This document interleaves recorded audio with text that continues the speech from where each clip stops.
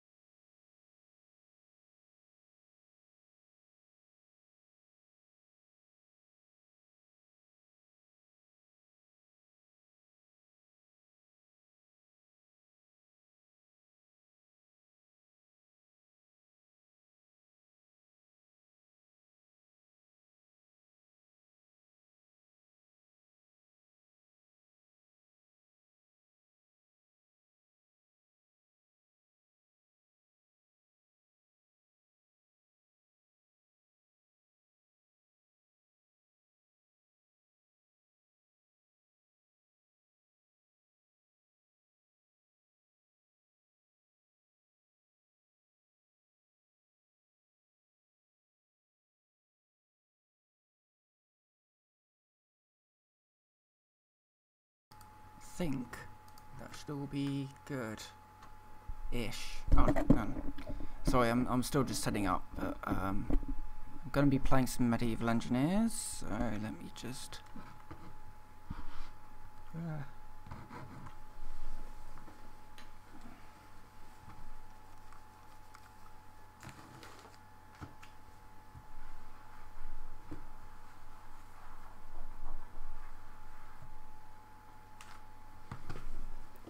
Oh, for goodness sake, really?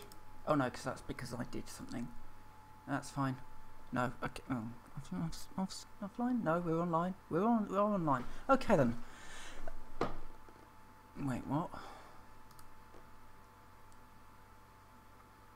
So I just set up all the things and it seems to have no, that's fine. Everything's good. Everything's fine.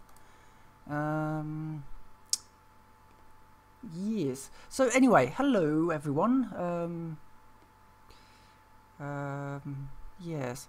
Right. Okay. Let's do the intro. Oh, it's too hot. Hey guys, I'm Phoenix here, and welcome to Medieval Engineers. Now, this is a game that, oh god, sound is way too high for me. Sound volume. Let's just lower that. Big swelling music, voice chat volume. I don't. That's fine. Okay, let's continue. So I started playing this last night-ish. I've had it sitting in my Steam library for a while, and I thought, well, you know, why not, right? So I started playing it, and it's got some interesting things in it. For example, this loading screen, for example, is the last view that I had before I logged out. And you know what? I forgot to do something quite important, apart from buy hay fever tablets. I should be right. I should be all right for drink. If I have to get up halfway through for drink, then you know why. It's because I forgot to top up.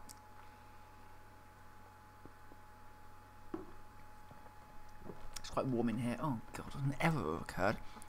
What's wrong with YouTube today? Oh no. Ugh. Come on, YouTube. What's wrong with you today? No, we're good. Wait for program to respond. It'll work itself out. It's got a well, it's the usual loading screen error that you get with an awful lot of games, things like No Man's Sky and anything like that. When the Windows thinks that the game has been inactive, it says, "Oh, the game's crashed, right?" And it's like, no, it's just that it's thinking about other things right now. It doesn't need to be constantly communicating with you. Not all games do that. Just a few games. Anyway, welcome to my world. if it looks like some things are a little on the leany side, I'll just show you what I mean. I seem to... Typical me, I run into a bug the very first block I place. And so my tool shed is a little on the skew, as is my rail yard. I think I've worked out what's gone on. Well, I don't know exactly what's gone on, but I think I've worked out how to fix it, at least for now. So anyway, welcome to my rail yard, and I've got a little farm place here that's growing flax, which takes forever to grow. Yeah, so the whole idea behind medieval engineers, words, is that you are a medieval engineer, and you get kicked out into the world and told, you know what, just build things. You know, things make your life easier, and there's no real restrictions. There's no real survival in here. There's survival in that every so often you'll be attacked by some bloke who for some reason wants to beat you to death, then run away. I'm not completely certain what's going on there. And sometimes he'll kind of spawn right next to your base and kill you. You respawn with no weapons or armor or anything like that, and you can get a bit of a death cycle going on unless you do the good old, you know, lead him away. And basically, in the end, he got so annoying I turned him off. AI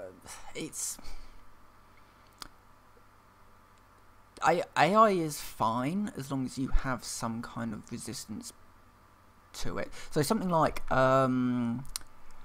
Fortress Craft Reloaded, where you've got the enemies that are coming in. The enemies are actually scaled for your base level. So the more power you're producing, the more enemies are going to spawn. This game just kind of it doesn't really take that into account, and that's a bit of a shame. But anyway, you'll see a food bar up there. Doesn't really matter if it runs down, you're not going to die. It's just a ticking clock. I'm not completely certain what it's attached to. It might be attached to stamina degradation or regen, but yeah, there's that. In any case, right, I need to go and get some resources because I need to make myself a new axe. All your tools have got degradation on them, so the more you use them, durability is the word that I was looking for. Durability, so kind of like Fallout 76. You know, if your stuff, hold on, let me just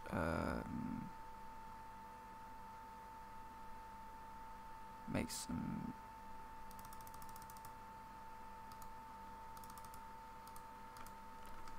Just make some timbers in my inventory.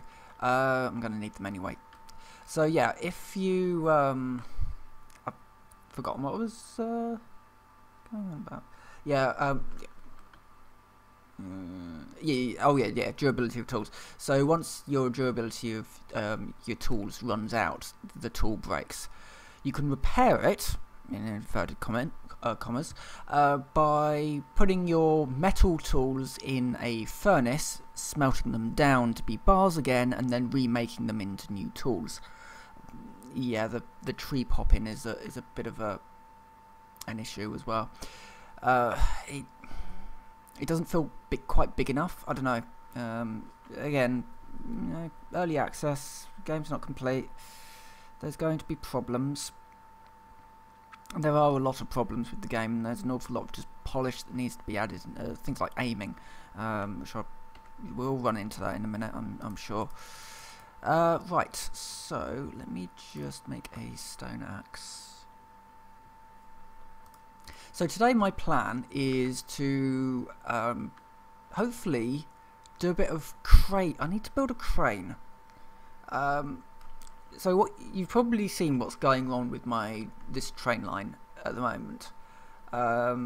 It's got quite high up in the air, and although I can walk underneath stuff and put it in the top, What I was thinking is maybe what we need is some kind of a container train. It should be reasonably alright to do. It's more how I'm going to load it, because I can, use winches and move the load over the top and drop it down. I think that'd be fine. It will all depend on how linkage can work up at the top. Now, in theory, I could probably use some ratchet blocks to kind of put some hooks down and then sort of lift it up. It'll have to be a reasonably sort of custom built container to go onto a sort of custom built train. I could probably extend this out a bit either side.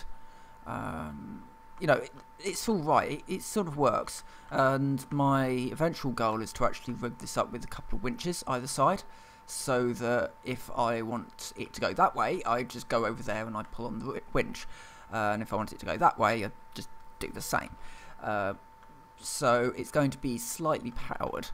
At the moment, all I can do for power is just sort of do this. This is actually quite neat. This is something that I would have quite liked to have in Space Engineers. So I can basically connect a rope to something and then just drag it along. And this works with trees as well. So yeah, it's really nice having this this flexibility, so that if you have something like a train and it derails, you can easily rail your carts back onto the tracks. So that's quite nice. Ooh, God. Yeah, this is why I need to replace everything with winches, because there's an awful lot of just little issues with the track underneath. I can't really necessarily see where I'm going when I'm walking backwards, so me falling into a pit is quite a big risk. So yeah, there's that. Anyway, so we've got our stone axe, and so typical Minecraft style survival tactics. Yeah, you basically just hit. Yeah, this is a bit of a problem. For some reason, the game thinks that I want to use the bush that's behind the tree that I'm ready to cut down with an axe. So that's a thing. Oh, my just noticed that I'm sort of darting around just as things happen. So one of the things, the way that you unlock blocks in the game is through a sort of progression system where you hit K and then you choose a quest from here, and it'll when you click on here, you start the quest and it starts the quest. But the way the quests are set up are quite weird, and various things will just sort of trigger them. So, for example, the food quest that told me to go out and get roots and veg and all that sort of thing so I could make some salads. I was on about part 2 of 8 or something, and I found in a house a salad. So I ate the salad, and that completed the quest, which was... yeah, it kind of skipped an awful lot of the steps in between that I really could have done with, because I needed to actually know how to feed myself. And the game wasn't telling me that because I'd found a salad and I'd skipped it right to the end. So, yes, this is a bit of a... That's a thing, certainly. The game lacks a bit of polish, but, oh well.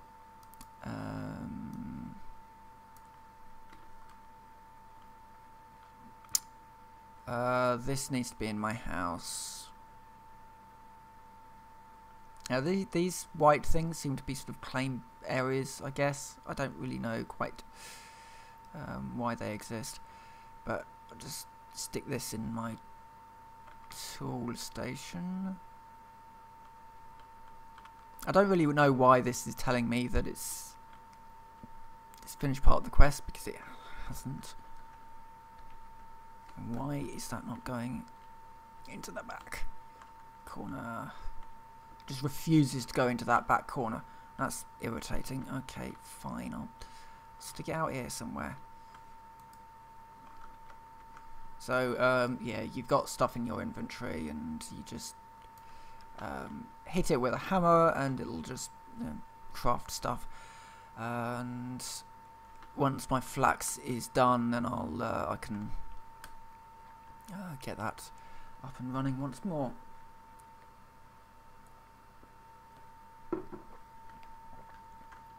Right, let's do trainy things. I don't really know if this is going to work, I have to say, but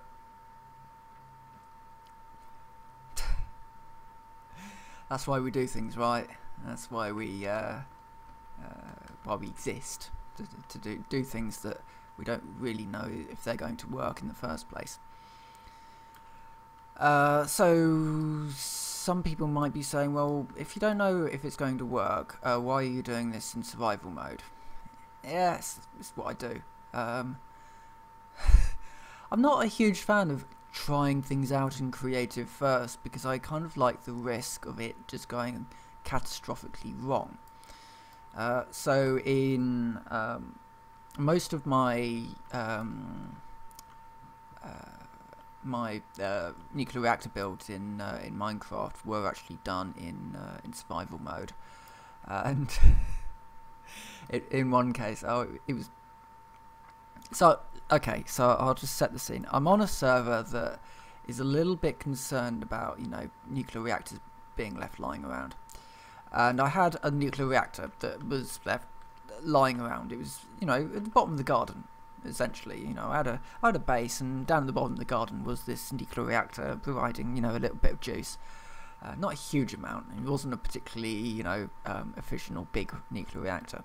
It was literally just a single nuclear reactor block with some rods in. And people were getting so angsty about it. It was, it was a little ridiculous about how, oh, you can't leave that nuclear reactor there, etc., etc. So in the end, I said, look, okay, fine, I'll put some, something around it, just to protect you all. And I did.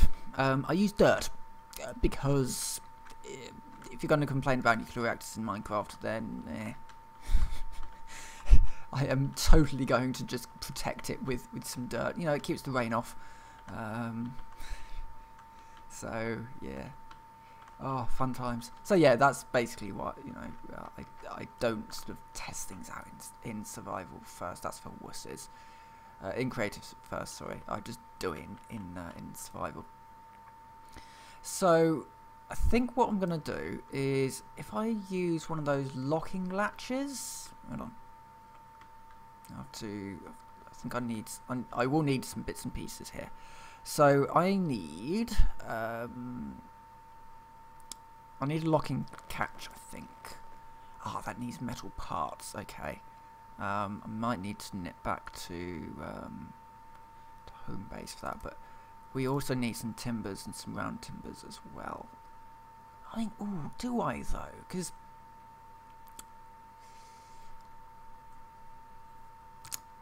I need an axles, don't I?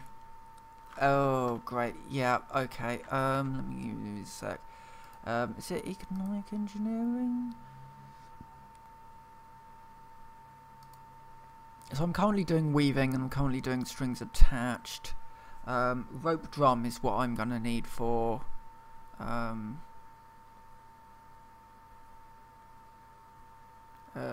definitely not that. Oh, wait, what? And on cranes... yes, so the lockable the lockable rope drum is what I would use on the crane, and the eye would be what I would use on each side of the crane, and hand crank wheel is okay. That's a weight.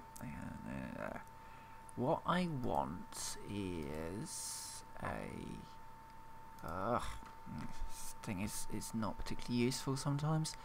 Is it military engineering? Military mechanics. Oh, that just unlocks the same things. How would I do an axle then? Oh wait, no. Do I get so I get catch block, extended catch. I don't just get an axle. One-sided catch.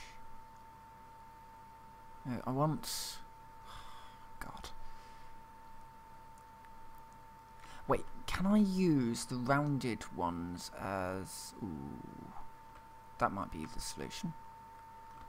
So I would use a... Oh God, how would this work? So we would use a catch block on the bottom. I'll just use a standard catch block for the moment. So... catch block, which needs some things that I have made. What? Round ones. I need round ones. Thank you. So, catch block. I don't know if this is going to work. I think I've said that before. Yeah, it's a strange feeling I have said that before. Anyway, so catch block goes... So this is like an axle. Oh yeah, this is just an axle essentially. And so if I do that, and then I can put no, not J, G, no, I. Too many buttons. The round timber. Can I put that on there?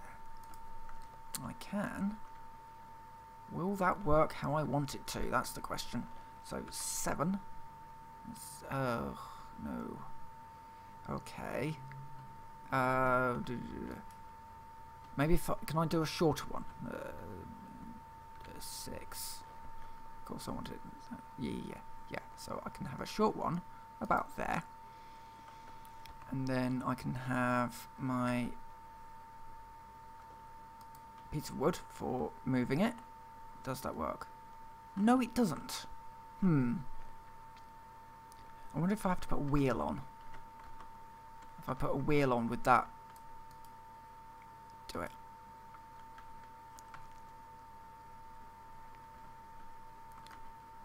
Okay. If I just nip over here, grab the wheel.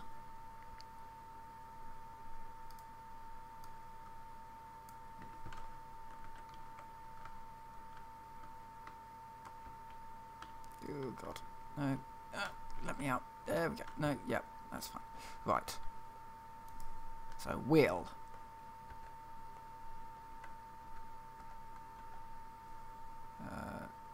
Drop that down by 1, and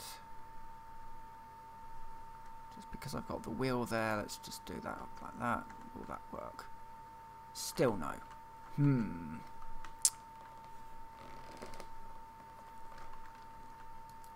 I wonder if I need some things that I don't have access to because I need doing this again. Yeah, so every so often you get a catch block which is invincible, which is nice. Yes.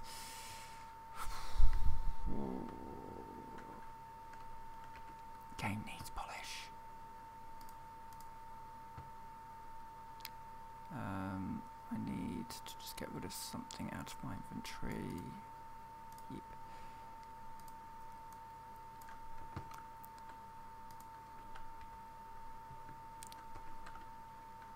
So these are quite nice. Just a lumber stockpile, and it'll show in there what you've got. You know, that's these are nice features. Having a visual component for storage. It's something that I want in Satisfactory. Some kind of a sign to show what's in a container without having to look at it. So having these sorts of things is actually really nice. Actually, the same with Space Engineers. Really, they could do with some kind of a visual aspect of what's in these containers, just so that you don't have to open each one to find out where things are. So yeah, that's a thing that exists. I don't know what to do with that yet.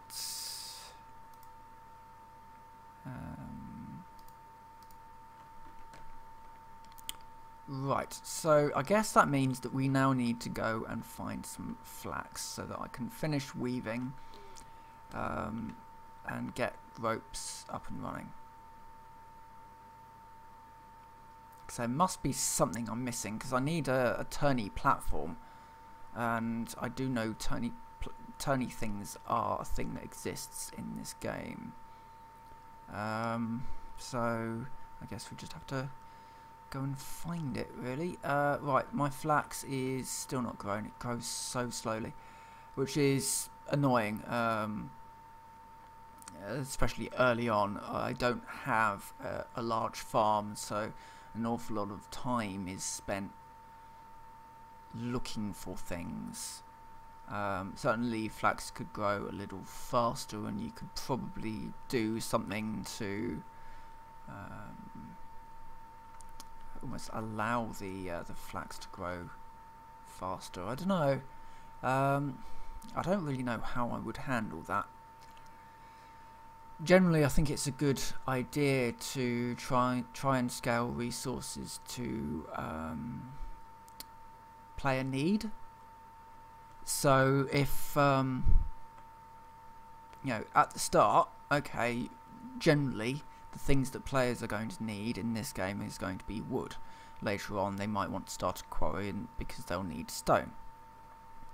They'll need to set up some systems to get stone to their main base, if their base is not near the quarry. And it's at that point where you're starting to think that person is going to need some rope, because they are going to want to do some things that the game allows, such as trains, surely. So I don't really know why flax is so difficult. What I would probably do in this situation is increase the drop rate, as it were, of flax, but have other ways of getting more flax later on when you need more rope, more sort of mechanical devices that require the flax. So I don't think you gain anything by making it quite uncommon in the world, because this is a pause in playing the game. You know, at this point, I'm not playing the game. I'm doing something that could be better. Satisfactory is a great way of building a game, because you are constantly in need of the next big component, but there's nothing stopping you from building up to making more of that next big component. You know, there's this huge world, and you're trundling through it in a truck, and it's a very, very well built and well thought out game. And, you know, there is nothing. There is, you know, it's not a bad thing to look at other games and say, how did they do that? Why does that system work so well? Because you know, and I hope that other games look at how Medieval Engineers is using its rope systems, because so far from what I've seen, I haven't really played around with the more advanced stuff yet, because I need that flax to do it. But from what I've seen so far, even just the idea of being able to attach a rope to a tree that you've pulled down and then pull it into your base or into your machine that's going to chop it up, or, you know, do whatever with it.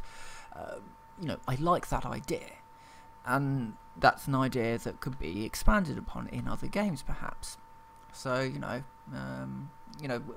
as a games company, it gets better from the content that's within it, from all kinds of people taking other people's ideas but tweaking them and making them better. There's nothing to be ashamed about by taking a good idea and working with it to make it fit your game in a good way.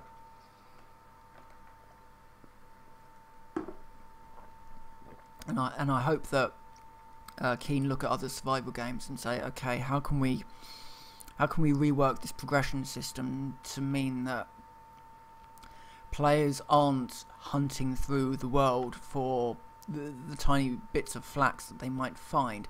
A very, very easy way of fixing that problem will be to speed up the growth rate of flax as it is at the moment. You know, so people go out, they find the flax in the world, they bring it back, and they start building their farm up, so they have a decent sized farm with a fair amount of flax in it. And then offer other procedures to make that that quicker. That is in the game. There are ways of speeding up farming, but I'm not to that stage where I can do that. And so if I want to do these quests, it means that I have to wander around for a very long time to try and find what I need. This has always been a little bit of an issue with Keen Games, that you are doing an awful lot of I wouldn't even call it exploration. It's sort of wandering around trying to find the plant you need. That's not really exploration. That's just literally just walking around, and you sort of start to run into those dangers of almost being regarded as a walking simulator. I've never liked the term walking simulator, because I think there is this is sort of where, you know, I would disagree with this idea that games like Dear Esther aren't actually games, because they are just walking simulators. You are moving through a narrative to an ultimate goal. There's no failure state. I don't really believe that games have to have a failure state, because they are still interactable worlds. And yeah, it's like, well, Sims, if you look at things like The Sims doesn't have a failure state, really. You play until you've had enough, or, you know, you make new characters or whatever. It does, you know, okay, your sim might die, but it's very, very easy to you know, create a new one that's maybe a little bit better at cooking. On the other hand, if you were trying to kill the sim, is the fact that your sim has died a failure state? I would say not. I would say something like The Sims, it doesn't have a failure state, but there's a game there. There are interactable objects. So I don't know. It's a little bit of a contentious subject in the gaming industry, about things like, you know, what is and what isn't a walking simulator, and what is and what isn't a game. Certainly, I think that vast majority of games have the right to exist. And I don't like these ideas that that there are games out there that shouldn't have the right to be. You know, there are games out there which are simply designed to be trolly messes, and I think they should still exist, if nothing else, but as a warning, you know, or an example of how best to make a game. Yeah, I mean, we'll see what happens, especially in the gaming world as it is at the moment. I haven't really been following it recently, I have to say. You know, I see every so often that Epic has a new exclusivity deal, and you know, you know when this happens because people get annoyed at it. You know, I don't care. I don't care about exclusivity deals anymore, because they exist. They probably shouldn't, but they do. So let's just make the best out of a bad situation. But I mean, things like Bethesda finally bringing their games back to Steam, I think that's quite a good move for them, because I think more people on it just allows them to have a larger audience to be either on Epic or on Steam. They could have gone with either, and I would have been quite happy for that. simply because it's expanding their player base. People like EA don't really need to do it, but I think smaller companies like Bethesda probably should, simply because they get the hardcore people in, but all it takes is a bit of bad PR and that system is sunk.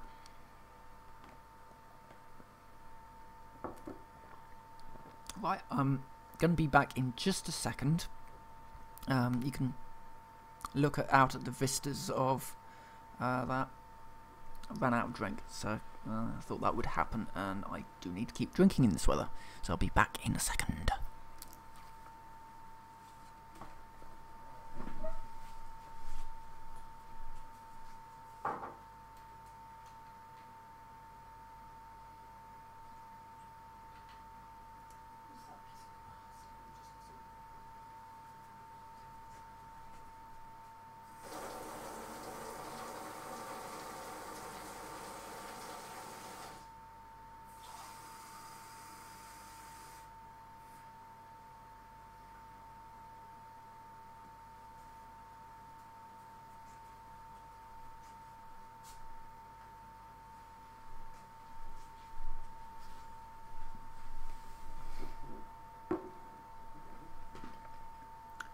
I'm back. I'm just sticking my headphones in, and we'll go on.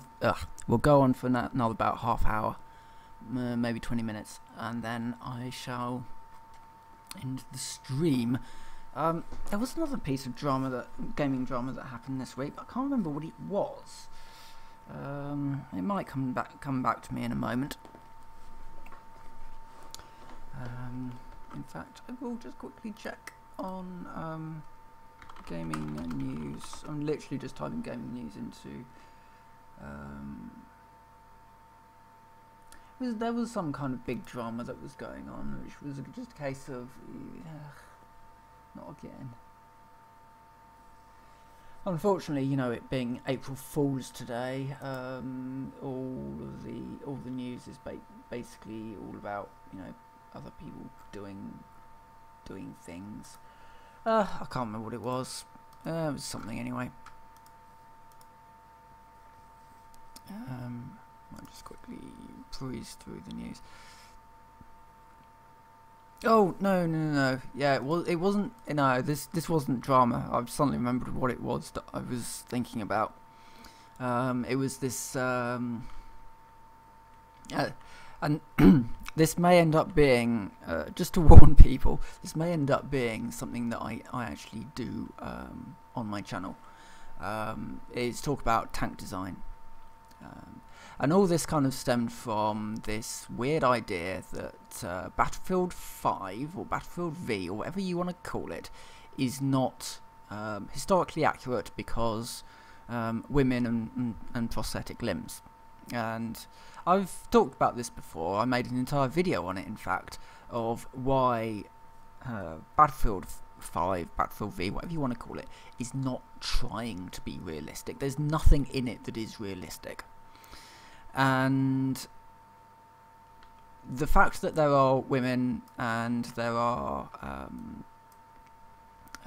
prosthetic limbs being depicted in World War II is not proof that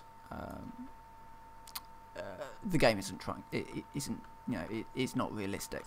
On the basis that, you know, both women and prosthetic limbs, they both existed in World War II. You know, as things that, you know, were around. Certainly, they may Battlefield may have overstated their contribution as sort of combat troops, but none of that mattered to me because whatever you want to call it, the Battlefield game doesn't really try to be realistic in any way, shape or form, which brings me back to talking about tanks. You see, in Battlefield 5, let's call it Battlefield 5, they have depicted a Churchill tank, and they call it a Mark 7, but it's not. You see, when they were modelling their tank, they pulled up an image of a Churchill, and they thought, yeah, we'll do that. And they picked the wrong Mark. They actually have what I think is a Mark 6, not a Mark 7. So, there you go, some proof that Battlefield 5 is not historically accurate. They used the wrong... they modelled the wrong tank. And people will be saying, well, how do you know it's a Mark 6 and not a Mark 7? Simple fact of the matter is, they've got different escape hatches. There's... they use different escape hatches. The Mark 6 was an interim model that was basically a Mark 3, but with a bigger gun. The Mark 7 had an awful lot of improvements that were made as a result of running the Churchills, the earlier models of Churchills in combat. And they made some changes, and one of the changes was the escape hatches. As you can see, this is getting quite high. I need this flax. I really do need the flax. Yeah, and what they found was that circular escape hatches, they don't buckle when the tank gets hit from the side. Meaning that if it doesn't buckle, then they can be opened easily. And yeah, so in switching the escape hatches from square ones to circular ones, the thing is, I don't know if we'll ever get the numbers of quite how many people that change saved. I hope, you know, I hope that anybody who was in a burning tank, who had in the Mark 7s, I do hope that they at least had the chance, had a better chance of actually getting out. But yeah, the Mark 7 was a completely different hull design. The way that it was actually made was different, because they ran an awful lot of routes for flammable fuels. But anyway, that may sort of all end up in the channel at some point. I don't really know when, but I may sort of run some. I've got a few ideas for some videos. I've got the week off, so I might do some interesting stuff. But it's one of those things of not really knowing how to really present the information. Because although I can talk about it, it's, you know, do I do animations for it, or, you know, do sort of 3D modelling? You know, I've got these things at my disposal, but I don't know, or even just like a simple drawing with the camera over the top, down on top. I don't know. I might have to experiment with some ideas. Really, I'd like to stand on top of a Churchill 7, but unfortunately, the only one nearby I think is down in Bovington. I don't think the local air museum won't have one. They didn't fly, unfortunately. We've got an air museum up here, which I really do need to go to at some point. Maybe in the summer. I think I've pretty much done all that I can do, because unfortunately, and I hate really doing this, is that what I wanted to do was build a crane, but the axle system doesn't really seem to want to work. I don't really know what I've done. I don't know if there's just like an axle block, something that will actually move on there. G. See, there's no search terms for axle. Putting a wooden axle mounting bracket with an embedded piece of axle. Oh, right, yeah. Which means that I need a one. I think I need a one-way one. Unfortunately, I can't take this off because for some reason it's stuck. So, yeah, sorry, my brain's just suddenly fired into life. I think what I need to do is go into my box of things, No, don't do that. Just give me some of that. Give me some of that. Round timber and timber. Okay. No, not in there.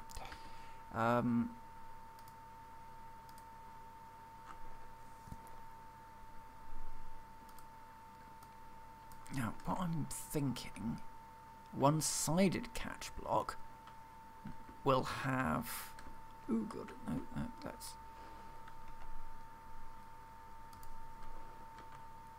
Right.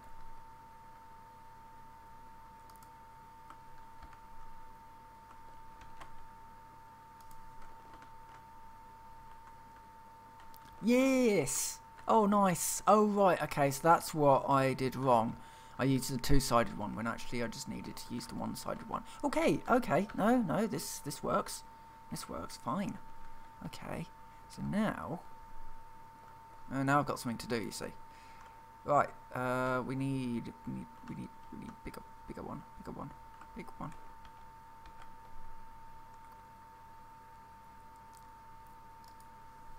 Oh god, no, that's a free place. Nope.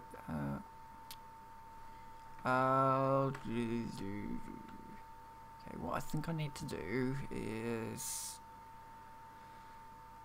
get up here.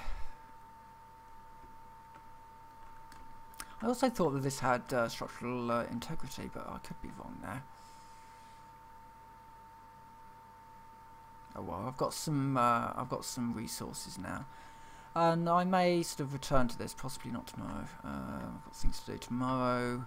Got some videos that I really do need to record as well at some point. Up, jump. There we go.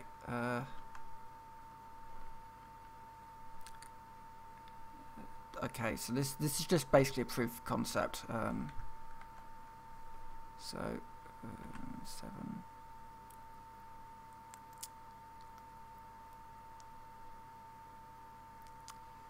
Very difficult to place blocks on top of things.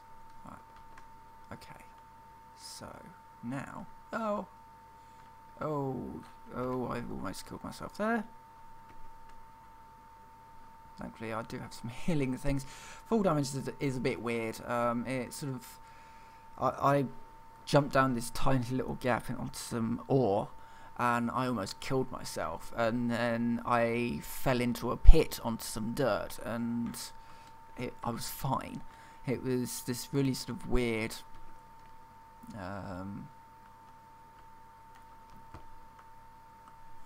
Okay. Now we can. I think we can work with that in some, let's just say, some interesting ways, because that allows us to do gears. I don't know if we would, we could do some very simple bevel joints with that. Yes. This is the part where I vacate, I suspect, because on the very simple basis that that gives me some opportunities to. We may not be able to get automatic power, but we could probably get some power transfer going, and actually sort of coming off. I don't know how I would do that, because that would essentially need a worm gear, I think, to do a power transfer off, without using. Well, sorry, I'm just thinking aloud whilst working these things through my head. Yeah, I mean that would work. I could use a bevel gear or a simple gearbox system. That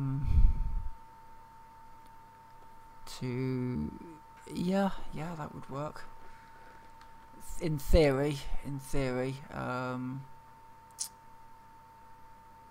The tricky part would be actually providing the power, but that I could probably do with the wind. I've seen that there are some like wind mills, so really that's not a huge problem. I guess the big ones would be things like actually transferring the power when you needed the power to be transferred. You don't have anything like pistons, but I mean you could potentially just lift the whole lot out. Use a rope with a winch and just literally lift the bar off the gears. I'm thinking that I'm going to have to go away at this point and do some experimentation. Certainly, it's certainly given me some ideas of what I can do. You know, you may look at this and you may think, okay, you can push a bar around. Yeah, I'm thinking there could be some more interesting things to do there. But anyway, I think at this point I am going to leave for now. I have some gears to make. I'm going to be in case anybody's wondering, this is just a test track. This is going to have so many different modifications to it, I'm sure, by the time that I'm finished with it. Yes, things are going to could get interesting here. Anyway, I'm going to end this video here, so for the moment I will say thank you very much for watching. This game certainly has more potential in it than just siege engines and chopping trees down and the eternal hunt for enough flax for these constructions. I strongly suspect I'm going to have to build a colossal farm to actually be able to supply my facility with what it actually needs. But anyway, I'm going to end this here, so I will say thank you very much for watching. We'll return at some point with this later, and I will see you next time.